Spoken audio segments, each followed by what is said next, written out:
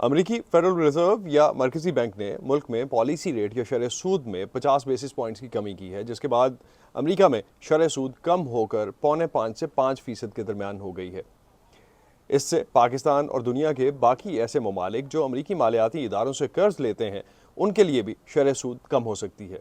America में शरह सूद मार्च 2020 के बाद से कम नहीं की गई और पिछले 4 साल में ये पहला मौका है कि अमेरिका के मरकजी बैंक की तरफ से शरह सूद में मार्केट की तवक्कुआत के मुताबिक 50 बेसिस पॉइंट्स की कमी की गई है।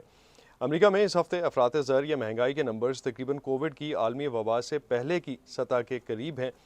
अमेरिका में कंज्यूमर प्राइस इंडेक्स इस वक्त 2.5% पर है, जो कि 2022 में तकरीबन 40 साल की बुलंद तरीन सतह पर था। और यही वजह है कि अमेरिकी फेडरल रिजर्व ने मुल्क में शरह सूद कम करने का इंदिया भी दिया था। तज्जियाकारों की तवक्कुआत के एन मुताबिक ये आधे फीसद की कमी की गई है।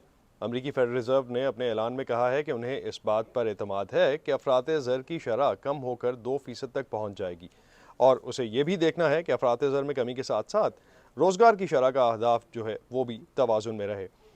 अमेरिकी मईशत तज्जियाकारों के मुताबिक इस वक्त कुछ मिले जुले आशारिये दे रही है, जिसमें बेरोजगारी के आदाद शुमार इस वक्त तो तारीखी तौर पर कम है, लेकिन पिछले 5 महीनों में इसमें बतदरीज इजाफा हो रहा है।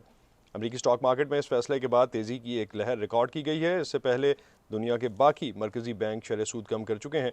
पाकिस्तान पर अमेरिका में शरह सूद कम होने से भी कर्जों पर सूद की अदायगियों में कमी की सूरत में मुस्बत असर पड़ेगा।